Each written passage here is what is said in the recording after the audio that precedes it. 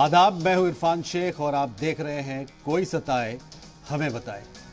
जैसे पत्थर पर मेहंदी के पत्ते घिसने के बाद रंग लाते हैं, उसी तरह कामयाबी भी मेहनत कराती है, जतन कराती है, जद्दोजहद कराती है, तब कहीं जाकर नतीजा आता है। किसी की खुशियों के पीछे कितने दुख होते हैं, इसका अंदाज़ा उस मुसाफिर के पैरों में पड़े छालों से लगाया जा सकता है जिसने मीलों का सफ़र तय करके अपनी मंजिल पर कदम रखा है।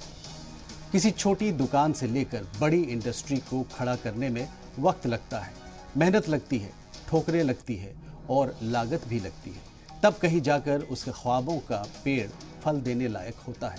अगर बरसों की मेहनत लम्हों में बर्बाद होने की कगार पर हो तो उसके मालिकों के दिल पर क्या गुजरेगी, ये वही बता सकता है। मुरादाबाद का पीतल कारोबार खड़ा करने में नस्लों ने मेहनत की। बरसों का सफ़र तय करके ये कारोबार ख़ानदानों को विरासतों में मिला है। लेकिन इस वक्त इस कारोबार के हालात कैसे हैं, मौजूदा सूरत हाल का जिम्मेदार कौन है, इस पर चर्चा होनी ज़रूरी थी। तो हमने कदम बढ़ाए हैं, आवाज़ उठाई है।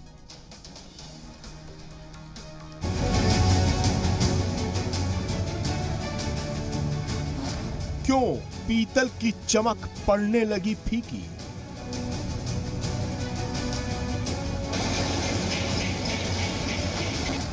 मंदी का शिकार क्यों है बाजार?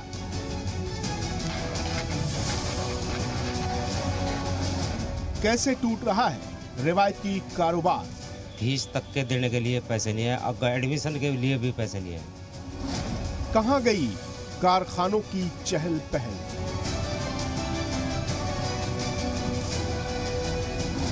दस्तकारों के हाथ क्यों है खाली?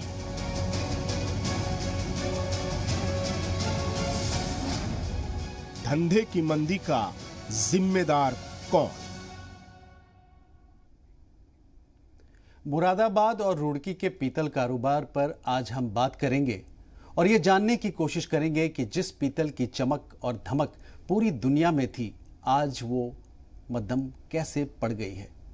कैसे पूरा का पूरा धंधा मंदी का शिकार हो गया है, कैसे बाजारों में सन्नाटा छा गया है, कैसे कारखानों की आवाज़ों को हालात ने दीमक की तरह चाट लिया है। ये रिपोर्ट देखिए, फिर हम बातचीत करेंगे।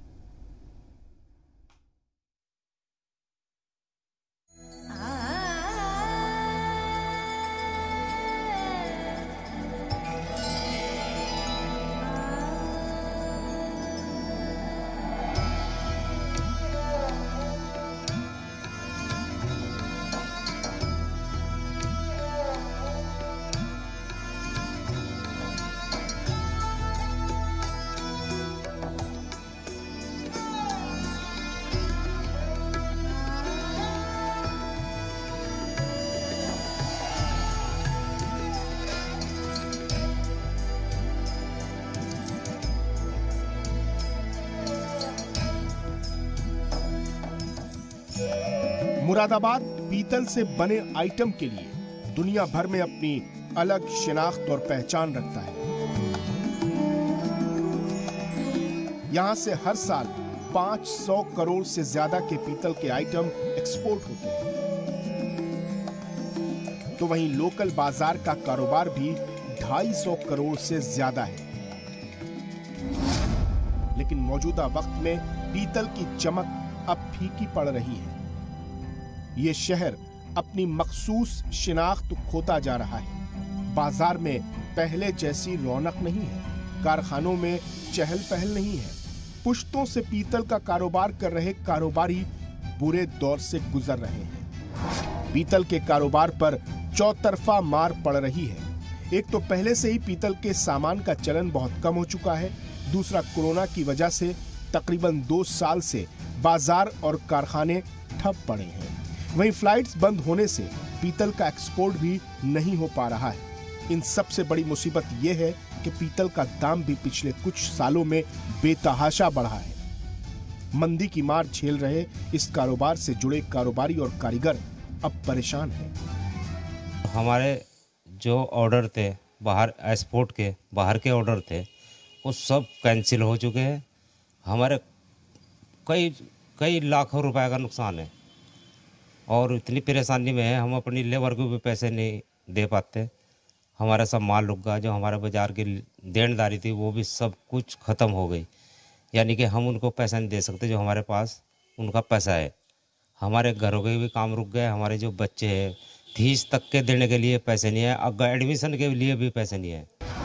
मुरादाबाद के कई मोहल्ले और बस्तियों में घर के घर इसी कारोबार से जुड़े हैं। जिस भी गली से गुजरिए कारखानों में पीतल के तराशे जाने की आवाजें आती थी, लेकिन अब आवाजें भी मध्यम पड़ गई हैं। हालांकि इंटरनेशनल बाजार में मांग बढ़ी है, लेकिन पीतल के दाम बढ़ जाने से पहले से लिए गए ऑर्डर को पुरानी कीमत पर अदा करना होगा।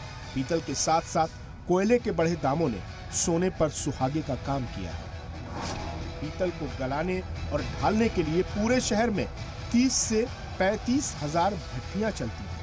एक भट्टी में एक दिन में 3 से 4 किलो कोयले की खपत होती है। अगर लंबे वक्त तक कीमत यूं ही बनी रही और कोयले की कमी रही तो कारोबार पर और बुरा असर पड़ने का खदशा जाहिर किया जा रहा है। इस कारोबार से जुड़े कारीगर, दस्तकार, फनकार और कारखानों के मालिक सरकार से मदद की अपील कर रहे हैं। क्या करें ना, वो दिक्कत चल रही है, दवाइयों की भी है, स्कूल की फीस भी है, कुछ नहीं जा पा रहा है। स्कूल वाले स्कूल से भेज देते हैं या फीस ले गए हो, काम भी बिल्कुल ठप पड़े हैं। काम चल जाए हमारा तो हम स्कूल की फीस भी जमा करें। कोरोना काल जब से चला है, जब से स्कूल के काम नहीं चल रहा है बिल्कुल भी। अब स्कूल की फीस कहाँ से जमा करेंगे जब काम नहीं चल रहा। और हमारा ब्रास का काम पहले को लॉकडाउन से पहले बढ़िया था, लेकिन अब बिल्कुल ख़त्म हो गया। लॉकडाउन के बाद काम में बिल्कुल ज़रा सी मज़ेदारी नहीं है हमारे पास। मतलब मेरी अम्मी की तबीयत ख़राब है, उसे लेके पहले क्या बोलते हैं उसे दवाई ववाई के लिए भी बहुत दिक्कतें आ रही है हमें, और बहुत सारी चीज़ें हैं जिसकी वजह से हम बहुत ज़्यादा परेशान हैं। और कुछ नहीं रहा इस गवर्नमेंट में, तो कुछ है ही नहीं। मुरादाबाद के अलावा रुड़की से भी बड़े पैमाने पर पीतल के आइटम एक्सपोर्ट किए जाते हैं, लेकिन लगातार फ्लाइट कैंसिल होने की वजह से एक्सपोर्ट का काम भी तकरीबन ठप पड़ा हुआ है। पहले से मिले बैरूने मुल्क के ऑर्डर पर बने सामान को खरीदने की हिम्मत लोकल बाजार के पीतल कारोबारी भी नहीं कर पा रहे हैं, क्योंकि उन्हें भी बाजार की मार झेलनी पड़ रही है। ऐसी सूरत हाल में इस कारोबार से जुड़े लोग क्या करें, कहां जाएं, जिनकी लागत भी लगी और मेहनत भी लगी। फॉर्मेलिटीज़ इतनी बढ़ा दी हैं गवर्नमेंट ऑफ इंडिया की तरफ से, एक्सपोर्ट पे इतनी फॉर्मेलिटीज़ बढ़ गई हैं कि उसकी वजह से भी हम लोगों को बड़ी परेशानी होती है। और हमारी ख़ास तौर से सभी पूरी एसोसिएशन की ये डिमांड है हम सरकार से कि ये फॉर्मेलिटीज़ पे थोड़ी सी राहत दें और हमें एक्सपोर्ट हमारे लिए ऐसा करें थोड़ा इजी हो जाए, ताकि ये सिलसिला जो है कारोबार का काम का जो है हम लोगों वहाँ से निकाल पाएँ, हमें वहाँ से काम मिल पाए, ताकि यहाँ नीचे के जो लोग हैं वो भी सुचारू रूप से काम करके अपने परिवार को चला पाएँ। सहारनपुर से बीएसपी एमपी फजलुर रहमान ने पीतल दस्तकारों और कारखानेदारों का मुद्दा उठाते हुए सरकार से इनके मसाइल हल करने का मुतालबा किया है। उन्होंने जीएसटी में कटौती, बिजली रेट कम करने और एक्सपोर्टर्स को फाइनेंशियली मदद की मांग की। सरकार ने जो कारोबारी हैं, जो एक्सपोर्टर्स हैं, उनको उनके हाल पर छोड़ दिया। सरकार की तरफ से कोई बैकअप नहीं मिल रहा है।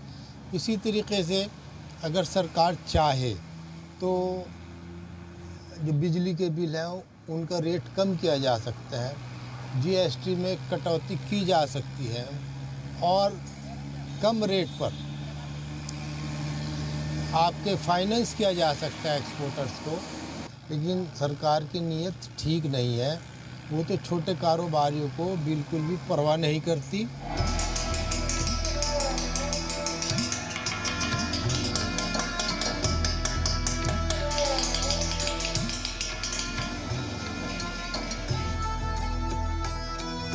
ये सिर्फ मुरादाबाद के पीतल की ही दास्तान नहीं है, बल्कि मेरठ की कैंची, अलीगढ़ का ताला, फिरोजाबाद की चूड़ी, बनारस की साड़ी जैसे रिवायती कारोबार चाइनीज आइटम के सामने अपना दम तोड़ रहे हैं। हमें जरूरत है कि वजीर आजम के नारे वोकल फॉर लोकल पर अमल करने की, ताकि देसी सामानों की शिनाख्त बरकरार रहे।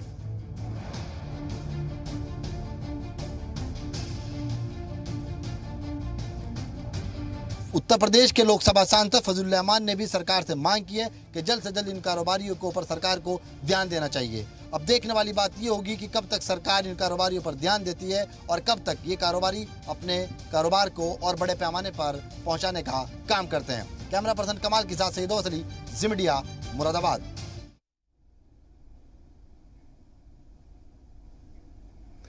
कोई सताए हमें बताए में आज हम बात कर रहे हैं पीतल की। पीतल यानी कि ब्रास, ब्रास यानी कि कॉपर और zinc.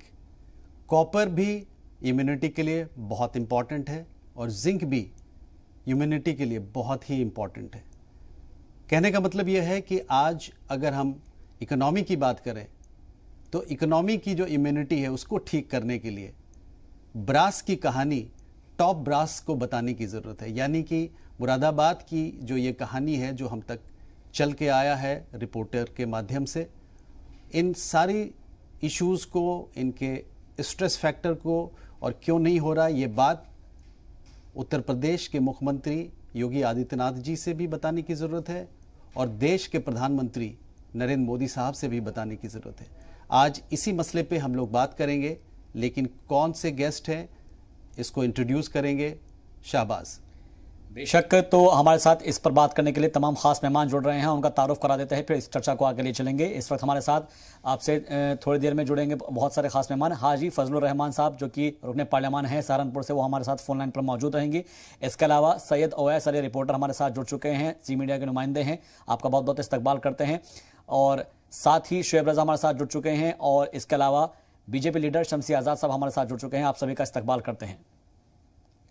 Sir over to you. Shamsi Azad साहब, सबसे पहला सवाल आपसे, आपने देखा इस स्टोरी को और जिस तरीके से ये धीरे धीरे ख़त्म होता जा रहा है, आपको क्या लग रहा है कि किस तरीके से इसको ठीक किया जाए, इसको रिजॉल्व किया जाए ताकि इस मसले को जल्द से जल्द हल किया जाए? अस्सलामुअलैकुम और इरफान शेख साहब और शहबाज साहब, खासतौर से आपने बहुत अच्छा मुद्दा रखा। इस वक्त कोरोना जैसे बहरान जैसे बड़ी बीमारी महामारी के बाद जो इस वक्त पूरे देश का और पूरी दुनिया के जो हालात हैं उसमें चर्चा करने के लिए खासतौर से आपने जो आज का मुद्दा उठाया है मुरादाबाद के पीतल के कारोबार पर, बहुत ही अच्छा मुद्दा है। लेकिन हमारी पार्टी का जो यहाँ पर रवैया रहा है वो बहुत ही साफ सुथरा रहा है और जब से उत्तर प्रदेश में योगी सरकार बनी है, हर जिले से उन्होंने एक वहां का जो स्पेशल एक बिजनेस रहा है, जो व्यापार रहा है, उसको बढ़ाने के लिए योगी सरकार ने और केंद्रीय मंत्री मुख्तार अब्बास नकवी ने बैठकर एक प्लानिंग की है जिसको हुनर हाट के नाम से पूरे उत्तर प्रदेश में चलाया जा रहा है। इस वक्त ये प्रोग्राम रामपुर में चल रहा है। इसके पहले यहाँ लखनऊ में भी बाकायदा 2 बार इसका जो है इफ्तिताह हो चुका है, 2 बार यहाँ पर ये प्रोग्राम लगाया जा चुका है, जिसमें हर जिले से लेकर हर जिले के उन खास चीजों को लेकर, चाहे वो भदोही का कालीन रहा हो, चाहे बनारस की साड़ी रही हो, चाहे वो रामपुर की चूड़ी, अलीगढ़ का ताला, जहां कहीं कहीं भी जो कारोबार रहा है उसको एक जगह पर लाने का काम मुख्यमंत्री योगी आदित्यनाथ ने और केंद्रीय सरकार ने और मुख्तार अब्बास नकवी ने इसको बखूबी अंजाम दिया है। और इसी की वजह से आप ये समझ लें कि जो पीतल का कारोबार, जो छोटे मोटे लकड़ी के दस्तकारी का काम था, मिट्टी के बर्तन का काम था, चूड़ी का कारोबार था, उसको दोबारा से जिंदा रखने की जो कवायद यहाँ पर उत्तर प्रदेश गवर्नमेंट है। और शमसी साहब, हम आपसे बात करेंगे। ओएस जुड़ चुके हैं हमारे साथ। OS, can you hear me? क्या आप मेरी आवाज सुन पा रहे हैं? Yes sir. हाँ, आपके साथ कुछ लोग हैं, तो वहां के इश्यूज क्या हैं, क्या क्या परेशानियां हैं, जरा आप बात कराएं उनसे। बिल्कुल सर, मैं आपको बता दूं कि उत्तर प्रदेश का मुरादाबाद हो या उत्तराखंड का रुड़की हो, बड़े पैमाने पर यहाँ पर पीतल का काम होता है, जिसको लेकर के इन दोनों शहरों का डंका पूरे देश में नहीं बल्कि विदेशों तक में बढ़ता है। हमारे साथ एक्सपोर्टर हैं सैयद शिराज मेहंदी हैं, उनसे बातचीत हम आपके करते हैं, सीधा बातचीत कर लेते हैं। शाबाद, कितनी परेशानियों का सामना करना पड़ रहा है कोविड-19 के दौर के बाद? जब से आया था कोविड-19 तो इम्पोर्ट एक्सपोर्ट के काम पे काफी प्रभाव पड़ा है। किस तरीके से आप देख रहे हैं फिलहाल, कैसी स्थिति बनी हुई है? देखिए, हालात तो शुरू से ही जो है ऊपर नीचे चल रहे थे, लेकिन फिर भी यह है कि हम लोग सरवाइव कर रहे थे। जब से कोविड का सिलसिला शुरू हुआ और ये लॉकडाउन वगैरह लगा, उसके बाद के जो हालात हुए, जो बिगड़ने शुरू हुए, वो आज तक नहीं समझ पाए। और ना ही हमें जो है कोई इसके लिए कोई सरकार से कोई मदद मिल पा रही है, ना उम्मीद है कुछ। मुझे लगता है कि आगे भी कुछ हो पाएगा और हालात जो है बद से बदतर होते जा रहे हैं हम लोग। जिस तरह से काफी परेशानियां कोविड-19 के दौर में आई हैं, कितनी गिरावट काम को लेकर के आई है, और जहां जहां अब तक आपका माल जाता है, जो आपके ऑर्डर थे वो कैंसिल हुए हैं, क्या फिलहाल स्थिति बनी हुई है? हम लोगों का जो है माल यूरोपियन कंट्रीज वगैरह में हम लोगों का बेसिकली टारगेट रहता था या मिडिल ईस्ट में रहता था, और इंपोर्ट एक्सपोर्ट के ऊपर जाहिर सी बात है इतनी ज्यादा सख्तियां और पाबंदियों के बावजूद जो है हम लोग सरवाइव कर रहे थे। और अब तो हाल ये है कि हम लोग अपनी जो लेबर है उसके भी तनख्वाह या पैसे निकालते हुए भी हमें जो है सोचना पड़ रहा है, उसमें भी हमने छटनी करी है काफी। जो जिन लोगों के पास ये समझिए कि 60-60, 70-70 लड़के काम करते थे, आज हालात ये है कि वो 10-10, 12-12 लड़कों में अपना जो है गुजर बसर कर रहे हैं। काफी समस्याएं हैं देखा जाए तो। ओएस हमारे साथ हाजी फजलुर रहमान साहब मेंबर ऑफ पार्लियामेंट सहारनपुर जुड़ चुके हैं, उनसे बात कर लेते हैं। फजलुर रहमान साहब, क्या आप मेरी आवाज सुन पा रहे हैं? जी मैं सुन रहा हूँ जी। अस्सलाम वालेकुम, thank you very much for being a part of this programme. ये जो मसला है मुरादाबाद में जो ब्रास की इंडस्ट्री है वो आहिस्ता आहिस्ता बिल्कुल ख़त्म होता जा रहा है, क्या आपको लगता है कि इसको रिवाइव किया जा सकता है और कैसे किया जा सकता है? इसमें गवर्नमेंट ऑफ इंडिया को और क्या प्रोएक्टिव काम करना चाहिए? जो वो कर रहे हैं क्या वो काफ़ी है? देखिए, अगर सरकार चाहे तो क्या कुछ नहीं हो सकता। अब सरकार अगर किसी को लाखों करोड़ रुपए अपने कर्ज के छोड़ सकती है तो फिर ये मुमकिन नहीं है क्या जो जिस कैटेगरी में जीएसटी में ये ब्रास का काम आता है उसका शेड्यूल चेंज कर जाए, कैटेगरी चेंज कर जाए, उसका जीएसटी कम किया जाए। और जो कोरोना की वजह से जिन लोगों को नुकसानात हुए उसकी भरपाई के लिए जो एक स्कीम भी चलाई थी शुरू में सरकार ने कि कुछ एडवांस दिया था, तो एडवांस की बजाय देने के इनकी माफी क्यों नहीं की जाती? सबको पता है कि सब लोगों को नुकसानात हुए हैं, प्रोडक्शन कम हो गया है। जब बड़े इंडस्ट्रियलिस्ट लोगों को आप माफ कर सकते हैं लाखों करोड़ रुपए, तो इनको क्यों नहीं कर सकते? जी, ये बहुत अहम मौजू आप उठा रहे हैं हाजी फजलुर रहमान साहब, लेकिन एक चीज मैं आपसे समझना चाहूंगा यहाँ पर कि ये कोई ऐसा वाकया नहीं है कि अभी ही जो है एक तरीके से पीतल का कारोबार थोड़ा सा डाउन पर आया हो। इससे पहले भी हमने देखा है कि धीरे धीरे करके चीजें जो है एक तरीके से हमारे मुआशरे से खत्म होती जा रही है। मैं चाहूंगा कि as a member of parliament आपकी तरफ से क्या कभी पार्लियामेंट में इसको लेकर कभी आवाज उठाई गई? देखिए, हमने वहां पर उठाया है इसका, यहाँ तक कि क्योंकि हमारे सहारनपुर में लकड़ी का एक्सपोर्ट होता है तो इसलिए उत्कारीन का, तो यहाँ भी यही हालात हैं जी। हमारे एक दोस्त हैं मुरादाबाद के, उनसे बातचीत होती है, मेंबर पार्लियामेंट है हमारे, उनसे बातचीत होती है तो उन्होंने भी एक मरतबा ये मसला उठाया था, हमने भी उठाया था ब्रास और लकड़ी का मिलाकर जी। लेकिन सरकार तो अनसुनी करती है ना। सरकार के अपने इंटरेस्ट हैं, जिनको चाहते हैं उन्हें सपोर्ट करते, जिनको नहीं चाहते नहीं करती जी। अब ये सरकार तो एक दूसरे चश्मे से देखती है इस इंडस्ट्री को, जो कि नहीं लेकिन हाजी फजलुर रहमान साहब, सरकार तो ये कह रही है कि हम 1 डिस्ट्रिक्ट 1 प्रोडक्ट योजना लेकर आए हैं और उसके तहत जो है हर एक डिस्ट्रिक्ट की जो भी एक स्पेशलिटीज होती है, कोई भी अच्छा प्रोडक्ट होता है उसको जो है फरोग दिया जाता है। सरकार की तरफ से ये कहा जा रहा है, योगी सरकार की तरफ से भी कहा जा रहा है और वजीर आजम की तरफ से भी कहा जा रहा है। देखिए, ये स्कीम तो बहुत अच्छी है जी, 1 डिस्ट्रिक्ट 1 प्रोडक्ट, लेकिन कुल मिलाकर जो पहले से इस्टेब्लिश है किसी डिस्ट्रिक्ट में ये उसको ऑर्गेनाइज करे ढंग से, उसको फैसिलिटीज देने का काम करे। ये जब डेवलप होगा तब होगा, लेकिन इससे पहले तो आप क्या मदद कर सकते हैं इनकी, उसके बारे में सोचना चाहिए ना। नहीं तो गवर्नमेंट को क्या प्रॉब्लम है? पीतल इंडस्ट्री से कोई परेशानी तो नहीं होनी चाहिए सरकार को? आपको लगता है कोई परेशानी है? नहीं होनी चाहिए, लेकिन फिर भी मैं समझता हूँ कि एक जिस तरीके से मदद होनी चाहिए, चाहे वो लेदर हो, चाहे ब्रास हो, चाहे बनारस का कालीन का काम हो, चाहे सहारनपुर का लकड़ी का काम हो, जिस तरीके से इन लोगों को सपोर्ट मिलनी चाहिए वो सपोर्ट नहीं मिल पा रही है। नहीं, लेकिन क्या आपके तरफ से किसी तरीके का कोई सुझाव गया है सरकार के पास? कि आपने कोई बुलेट पॉइंट्स बनाए हैं, कुछ ऐसी चीजें दिया है, सुझाव दिया है? क्या आपके तरफ से कोई इनिशिएटिव लिया गया? देखिए, हमने तो आवाज उठाई थी पहले, हमने बताया आपसे। अब सही मायनों में सरकार जो है ना, ये जिम्मेदारी उसकी बनती है, उसके पास तमाम आंकड़े होते हैं। हम तो एक जर्नल वे में कह सकते हैं कि क्या परेशानी है, लेकिन सरकार के पास इतने उसके अपने एक सिस्टम है जानकारी लेने के लिए कि इस जगह से कितना एक्सपोर्ट कम हुआ है। तो जहाँ जहाँ एक्सपोर्ट कम हुआ है वहाँ फोकस करना चाहिए। अभी तो सरकार इन चीजों पर गौर ही नहीं कर रही है, सिर्फ बड़े लोगों को छूट दे रही है। शमसी आजाद साहब, आपसे कुछ क्लैरिफिकेशन चाहते हैं हम। ये जो बातें ये कह रहे हैं आपने भी सुना, व्हाट इज योर क्लैरिफिकेशन, आप क्या कहना चाहते हैं?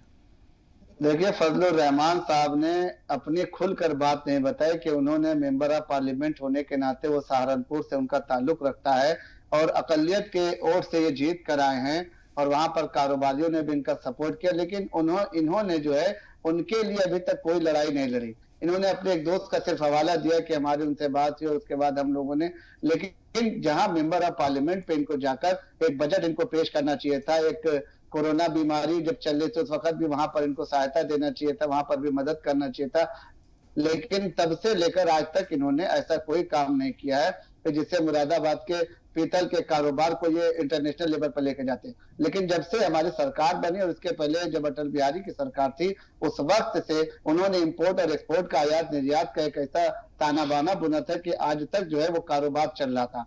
लेकिन ये कोरोना जब बीमारी इस तरीके से आई है, जैसा कि अभी कुछ देर पहले आपकी स्टोरी में दिखाया जा रहा था कि वहां के जो ऑर्डर थे वो जब ऑर्डर कैंसिल हो गए तो हकीकत में थोड़ी सी परेशानी आई, लेकिन भारतीय जनता पार्टी ने और हमारी सरकार ने, योगी आदित्यनाथ ने 2 लाख रुपए से लेकर 2 करोड़ तक का लोन देने का वो जो है एक स्कीम चलाई। उसमें भी जो व्यापारियों को उसमें लोन दिया गया, उसमें सब्सिडी भी दी गई है। यहाँ पर फजलुर रहमान साहब तो ये कह रहा है कि ये लोन जो दिया गया है इसको माफ करने की बात कह रहे हैं वो, कि जो चीजें हैं इसको माफ कर देते तो ज्यादा बेहतर होता। माफ करने की बात की जा रही है तो अभी बात होगी, माफ किया जाएगा। हो सकता है भी सरकार जो है माफ कर दे, बहुत सी चीजें सरकार ने माफ की है तो हो सकता है उसको भी माफ कर दे। लेकिन अभी जो सूरत हाल है वो ऐसी सूरत हाल नहीं कि एक बैंक जो है कई हजार करोड़ का कर्जा जो है माफ कर दिया जाए। उन्होंने टारगेट करके बताया कि किसी को, एक आदमी को, 2 आदमी को, ऐसा नहीं है।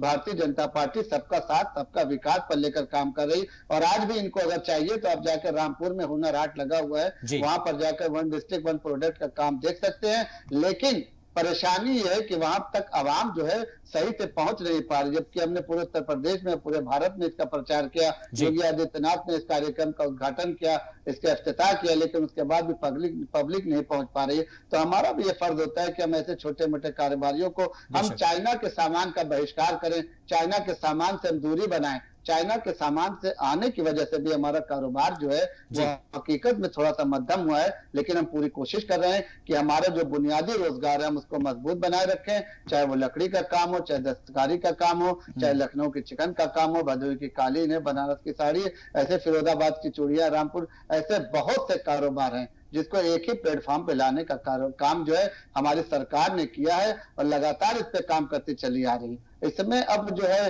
ये साहब फजलुर रहमान साहब हमारे बहुत बुजुर्ग हैं, हम इनकी इज्जत भी करते हैं, लेकिन इनको जो तारीफ के काम है सरकार के उसको भी बताना चाहिए कि भारतीय जनता पार्टी हमारा सहयोग कर रही है, मदद कर रही है। ऐसा नहीं कि भारतीय जनता पार्टी परेशान करने का काम। रिएक्शन ले लेते हैं, रिप्लाई ले लेते हैं। हाजी फजलुर रहमान साहब ये कह रहे हैं कि सरकार मदद कर रही है, लेकिन आप लोगों को भी आगे आना चाहिए। एक तरफ अगर देखा जाए तो वोकल फॉर लोकल की बात की जा रही है, ओडीओपी की बात कही जा रही है, आपको भी थोड़ा ताउन करना चाहिए, आवाम को साथ लेकर जाए, अपने पार्टी के लोगों को, नुमाइंदों के साथ लेकर जाए। हुनर हाट चल रहा है, वहां पर जाकर आप लोगों जो है इसको फरोग दे थोड़ा।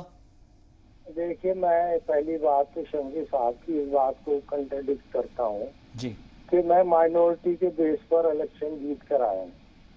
ऐसा नहीं है, अल्हम्दुलिल्लाह मुझको सब लोगों ने वोट दिया और मैं उनका सबका शुक्रगुजार हूँ। हर सबके का, हर समाज के लोगों ने मुझको वोट दिया, नंबर 1। नंबर 2 ये जो कह रहे हैं कि भाई हमने वहाँ आवाज नहीं उठाई, हमने बजट के अंदर बाकायदा इस बात को, जब बजट में हिस्सा लिया, ये बात उठाई गई थी कि भाई आप इनको रियायतें दें। अच्छा, रही बात ये कि हम तारीफ करें, देखिए तारीफ करने के लिए तो शमशी साहब ही बहुत है सरकार की, हमारी तो गुंजाइश ही नहीं बचती कि हम तारीफ करें। जाहिर बात है, हम अपोजिशन के लोग हैं तो कमी है, हम बता सकते हैं उनको। तारीफ करने के काबिल इन्होंने कोई काम ही नहीं की है।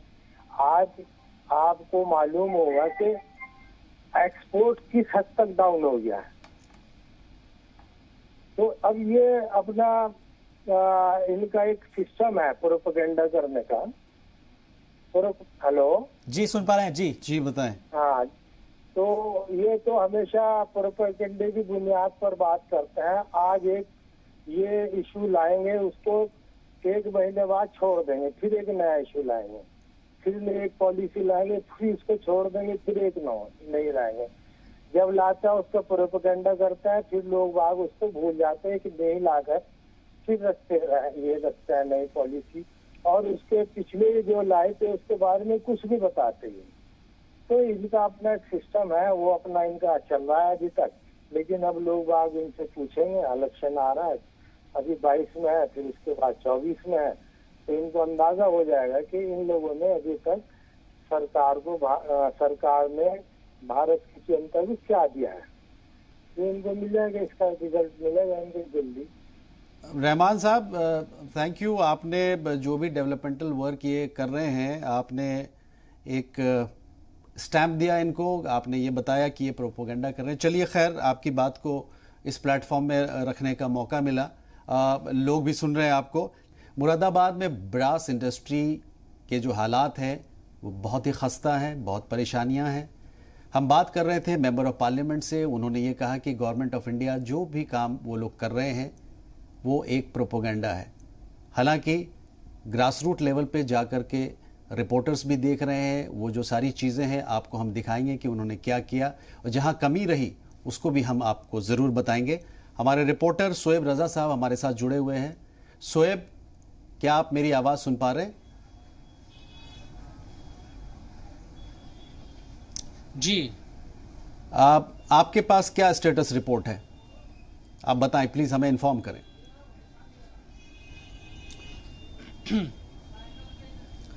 बिल्कुल, देखिए, जो पीतल से जुड़ा हुआ काम है वो ना सिर्फ मुरादाबाद, रुड़की या उत्तर प्रदेश के अलग अलग जो शहर है उनमें होता है, बल्कि जो दारुल हुकूमत दिल्ली है यहाँ भी पुश्तैनी काम लोगों का रहा है। इस वक्त जहाँ पर मैं मौजूद हूँ, पुरानी दिल्ली में सदर बाजार कभी हब हुआ करता था इस काम का, यहाँ पर इस वक्त मौजूद है। लेकिन अभी हमने देखा है पिछले कुछ सालों में सीलमपुर का जो एरिया है वहां पर यह काम बड़ी तेजी से फैला है, लेकिन पिछले 2-3 सालों में उस पर बड़ा असर पड़ा है। उसका कारण कोरोना वबा भी रही है, उसके अलावा उससे पहले भी कई तरह की चीजें थी। अदनान हमारे साथ मौजूद है, जिनका एक पुश्तैनी काम आजादी से पहले भी पीतल से जुड़ा हुआ रहा है पूरा एक तरीके से। अदनान, मैं आपसे समझना चाहूंगा, क्योंकि आप एक्सपोर्टर भी है, कि पिछले 2-3 सालों में क्या सिर्फ अभी ये असर है ज्यादा, या उससे पहले भी इस तरह के हालात थे? नहीं, मैं नहीं कहूंगा कि 2-3 साल में। मेरे हिसाब से ये 4-5 साल से जो काम गिरना स्टार्ट हुआ है, जब से जीएसटी आया है, एक तो सरकार को पुनर्विचार करना चाहिए टैक्स के ऊपर, कुछ कम होना चाहिए टैक्स, जिससे पीतल का काम थोड़ा बढ़ेगा।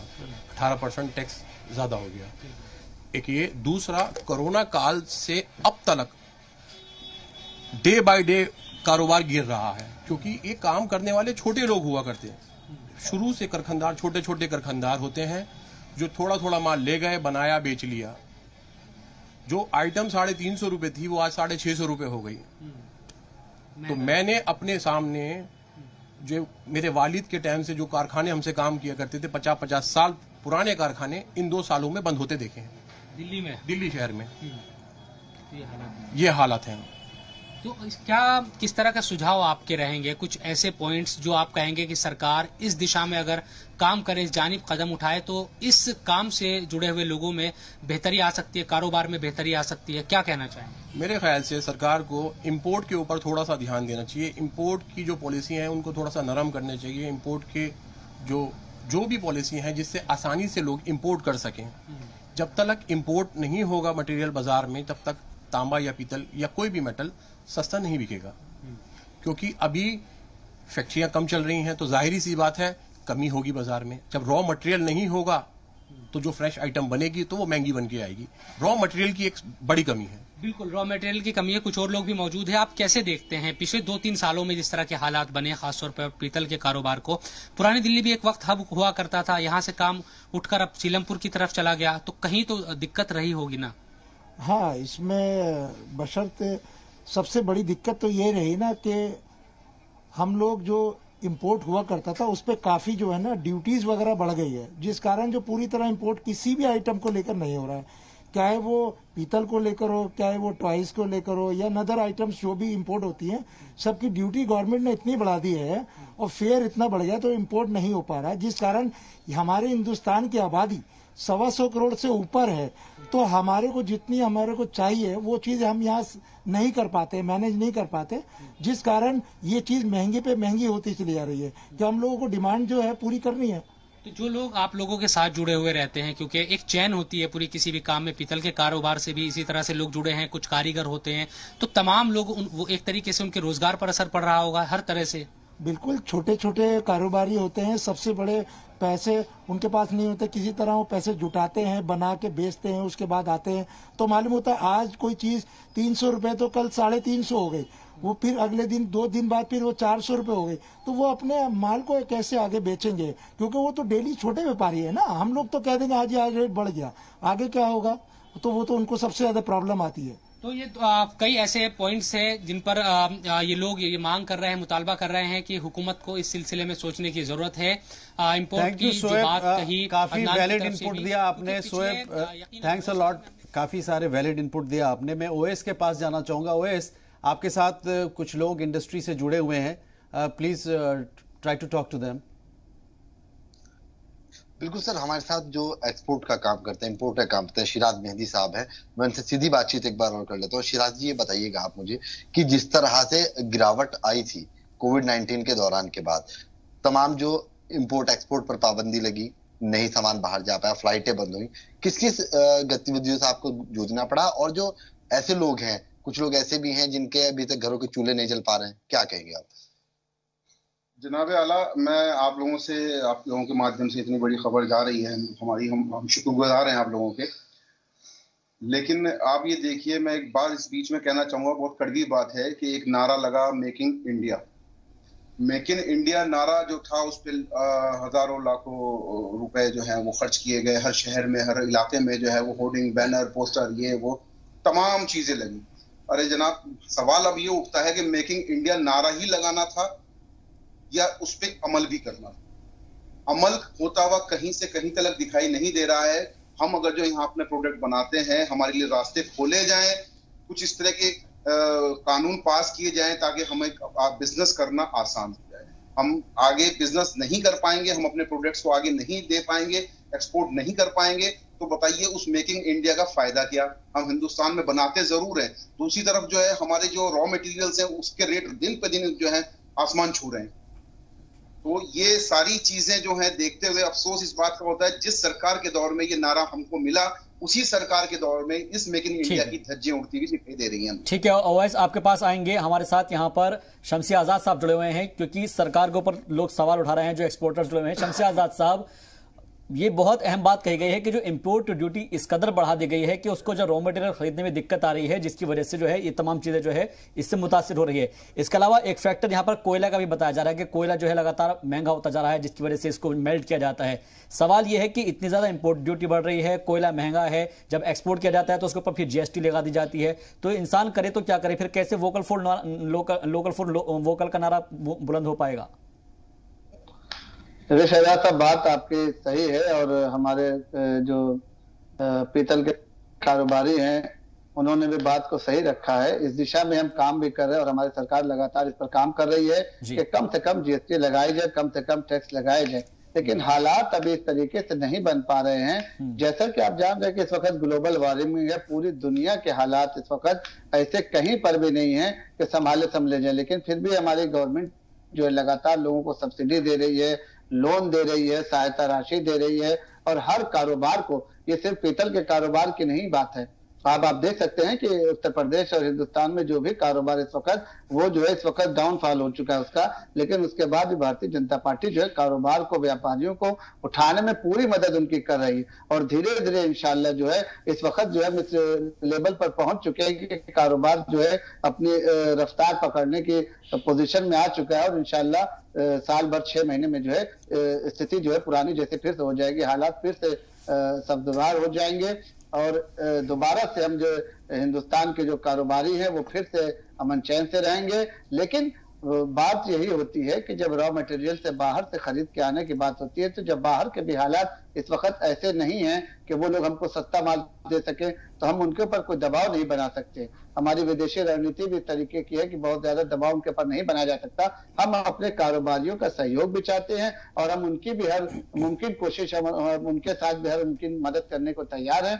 हमारी गवर्नमेंट ने इसीलिए हर जिले से एक प्रोडक्ट जो है वहां का नायाब जो है, जो वहां पे खत्म होता जा रहा था, उसको एक प्लेटफॉर्म पर लाने की कोशिश की है हुनर हाट के माध्यम से। और ये पूरे उत्तर प्रदेश में और उत्तर प्रदेश के बाहर दिल्ली में, राजस्थान में, हरियाणा में, सारे सूबों में ये लगाया जा रहा है। हमारा भी ये फर्ज बनता है कि हम उसको जो है जनता तक पहुंचाने के लिए, जनता का भी ये काम है कि हम उन पे जो है कारोबारियों का सहयोग करें। हम चाइना का जब तक बहिष्कार नहीं करेंगे तब तक हम अपने यहाँ हिंदुस्तान में पुराने हालात पैदा नहीं कर सकते। चाहे वो छोटा कारोबार हो, चाहे बड़ा कारोबार हो, चाहे कपड़े का कारोबार हो, चाहे लकड़ी का कारोबार हो, चाहे प्लास्टिक का कारोबार हो। ऐसा नहीं है कि हमारे हिंदुस्तान में कोई चीजें नहीं बनती। शमशी साहब, आपकी सरकार सेंटर में भी है, स्टेट में भी है। आपने जो ये इशू रेज किया है कि बैन चाइनीज प्रोडक्ट, इस कैंपेन को आप और जोर शोर से आगे बढ़ाएं। और मेरी ये गुजारिश है आपसे कि कम से कम इंडस्ट्री में जो लोग जुड़े हुए हैं उनके साथ आप एक प्रोसेस ऑफ डायलॉग स्टार्ट करें, ताकि सब्सिडी की बात आप उनको समझाएं, रिडक्शन ऑफ इंपोर्ट ड्यूटीज की बात आप समझाएं, और जीएसटी में किस तरीके से आप राहत देंगे, इन बातों को आप समझाएं। एक डायलॉग करना बहुत ज़रूरी है। अगर रहमान साहब इस इनिशिएटिव को नहीं लेते हैं तो कम से कम आप इस इनिशिएटिव को लें और आपके साथ जो को-वर्कर्स हैं उनको साथ लेकर के, not only in Moradabad but various parts of India, आपके लोग जाकर के उनको समझाएं, उनके इश्यूज को लें और आप एक ब्रिज बने। क्योंकि आप ये समझ लीजिए कि सीएम के पोस्ट में जो बैठा हुआ है या प्रधानमंत्री के पोस्ट पे जो बैठा हुआ है, वो आम आदमी, एक छोटा व्यापारी, वो कम्युनिकेट नहीं कर पाता है, वहां तक नहीं पहुंच पाता है। तो आप कम से कम जिस तरीके से हम मीडिया में रहने के बावजूद एक ब्रिज का काम कर रहे हैं, उसी तरीके से आप भी एक ब्रिज का काम करें। मुझे ऐसा लगता है मिलजुल के अगर हम सब काम करते हैं तो इस इशू को और बहुत सारे इश्यूज को रिजॉल्व किया जा सकता है। जी इरफान साहब, यही हमने कहा कि हमारा भी ये फर्ज बनता है कि हम जो छोटे कारोबारी हैं उनको बढ़ावा देने के लिए उनसे चीजें खरीदें, हम उनको बढ़ावा देने के लिए उनके पास जाएं और उनकी बनाई हुई चीजों का इस्तेमाल करें, न कि हम चाइना के बनाए हुए प्रोडक्ट को, चाइना के बनाए हुए सामान को हम खरीद कर लाते हैं। देखने में बड़े अच्छे लगते हैं लेकिन वो मजबूत नहीं होते। और हमारे यहाँ जो बनाए जाते हैं जो भी सामान हो, हम उनको बढ़ावा अगर देंगे तो हमारा कहीं ना कहीं से हमारा भाई, हमारा पड़ोसी, हमारा प्रदेश, हमारा देश जो मजबूत होगा। इसी बात पर भारतीय जनता पार्टी काम कर रही है कि विदेशी चीजों का हम बहिष्कार करें और अपनी चीजों का जो है ज्यादा से ज्यादा इस्तेमाल करें। ये तो बहुत अच्छी पहल दिखेगा शमशी साहब, ये पहल बहुत अच्छी की थी भारत सरकार ने। जब हमने देखा था टिकटॉक को बैन किया गया था, उसके बाद चाइना का बहिष्कार होना शुरू हुआ था, और ये बात आप भी कह रहे हैं। लेकिन बावजूद इसके हम भी देख रहे हैं क्योंकि दिवाली नजदीक है, हालांकि अब थोड़ा सा जो है इस चीज को साइडलाइन किया गया है, लेकिन उससे पहले हमने देखा है कि कितनी दिवाली पर हमने चाइनीज झालर देखा करते थे। ये आपने भी देखा है, हमने भी देखा है। हमारे यहाँ पर जितने ज्यादा इक्विपमेंट यूज होते हैं वो चाइनीज यूज होते हैं। तो क्यों ना पूरी तरीके से पाबंदी लगा दी जाए, तभी तो वोकल फॉर लोकल का जो नारा है वो ज्यादा साकार साबित हो पाएगा। देखिए, विदेशी रणनीति इस तरीके की होती है कि आप किसी को फुल बैन नहीं कर सकते। हम जनता से अपना आग्रह कर रहे हैं, जनता से निवेदन कर रहे हैं, जनता से रिक्वेस्ट कर रहे हैं, जब तक जनता बाजार से विदेशी चीजों का बहिष्कार करके बाहर नहीं करेगी तब तक यहाँ के देसी और घरेलू रोजगार को बढ़ावा नहीं मिल सकेगा। अभी आप देखें कि अयोध्या में 10 लाख दियों का जो ऑर्डर दिया गया, तो वो देसी दिए बनाए जा रहे हैं, घरों में बनाए जा रहे हैं, बाकायदा जो है उनसे दिए खरीदे जा रहे हैं। और एक बड़ा कारोबार जो यहाँ पर मार का इस वक्त जो वो पूरे साल लगातार दिए बनाते रहते हैं दिवाली के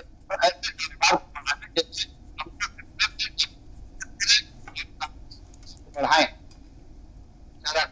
लगातार जनता पार्टी। ठीक, शमशी साहब, योर वॉइस इज क्रैकिंग, वो आवाज हम तक नहीं आ पा रही।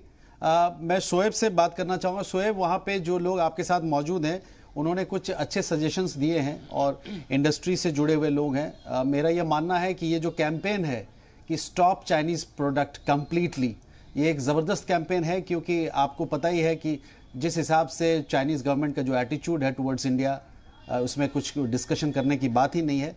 तो आम लोगों को ये इनिशिएटिव लेना पड़ेगा कि हम उन चीज़ों को कंप्लीटली बैन करें ताकि लोकल चीज़ों को हम प्रमोट करें। What's your take on this, आप क्या कहना चाहेंगे?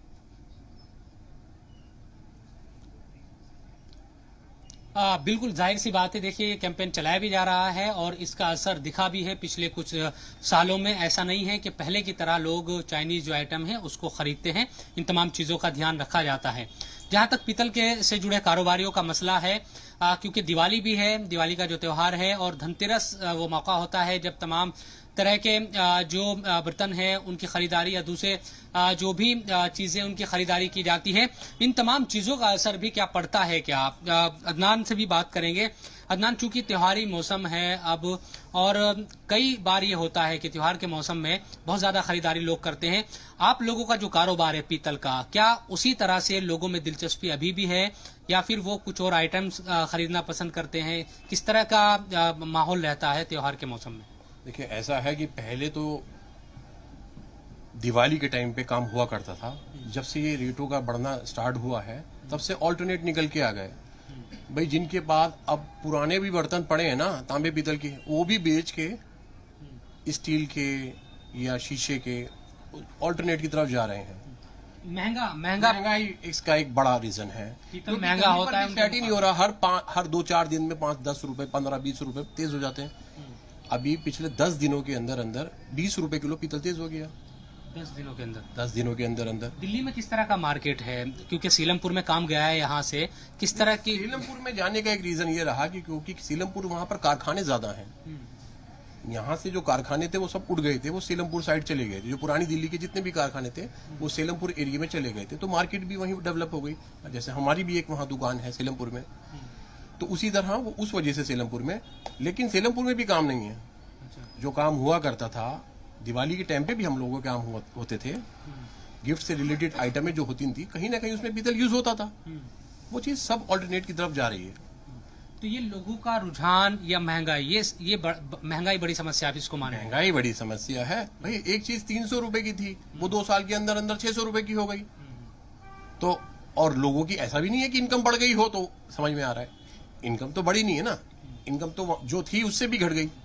शोएब, आप दिक्कतें अभी लग रहा है आपको कि आने वाले समय में, आने वाले if you are getting my voice, Shoaib ji, आप अगर मेरी आवाज सुन रहे हैं तो कम से कम आप वहां पे इंडस्ट्री में हैं, उन लोगों को ये कहिए कि आपकी आवाज को जी मीडिया उठा रहा है, तो आप लोगों की कम से कम इतनी इनिशिएटिव जरूर होना चाहिए कि वो जी सलाम के वेबसाइट को देखे, जी सलाम के यूट्यूब को सब्सक्राइब करे और इस वॉइस को अक्रॉस द कंट्री वो उसको बढ़ाएं आगे, आपस में बातचीत करें। और मेरी गुजारिश है ओएस से भी, ओएस thank you very much for giving us this story, you are doing a phenomenal job, बहुत अच्छा कर रहे हैं आप और मुझे पूरी उम्मीद है कि आप रुड़की से एक बेहतरीन स्टोरी देंगे जो लोगों की जिंदगी को बेहतर करे।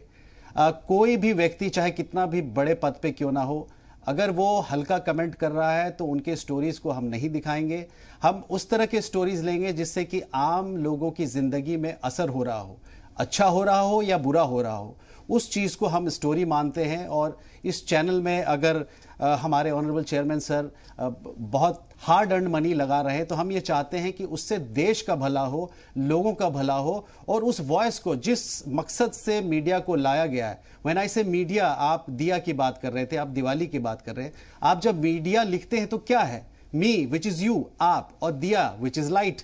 और ये दिया है कहां? It's a question.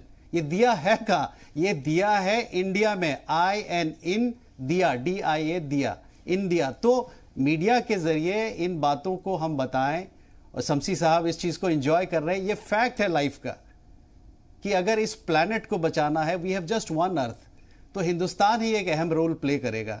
ये आप लिख लीजिए किसी किताब में, ये होना ही होना है।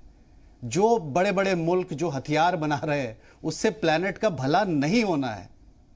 तो इसलिए मैं चाहता हूं कि ओएस भी इस मैसेज को कन्वे करे, शोएब भी इस मैसेज को कन्वे करे और इंडस्ट्री में बताएं कि कम से कम वो यूट्यूब में जी सलाम को सब्सक्राइब करे। उस मैसेज को वो व्हाट्सएप में, यहां वहां की खबरें आती है जिसकी कोई पुष्टि भी नहीं होती है, फेक न्यूज को लोग बढ़ाते हैं, कम से कम ये जो वैलिड चीज है जिससे लोगों की जिंदगी बेहतर हो सकती है, कम से कम प्लीज फॉर हेवन सेक आप उसको आगे बढ़ाएं। And we are here for you.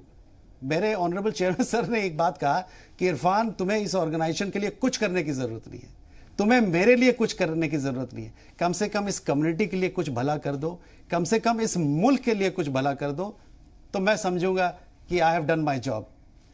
Thank you very much for being a part of this programme. बहुत बहुत शुक्रिया, थैंक यू वेरी मच। देखते रहिएगा कोई सताए हमें बताए। Thank you very much for watching this programme.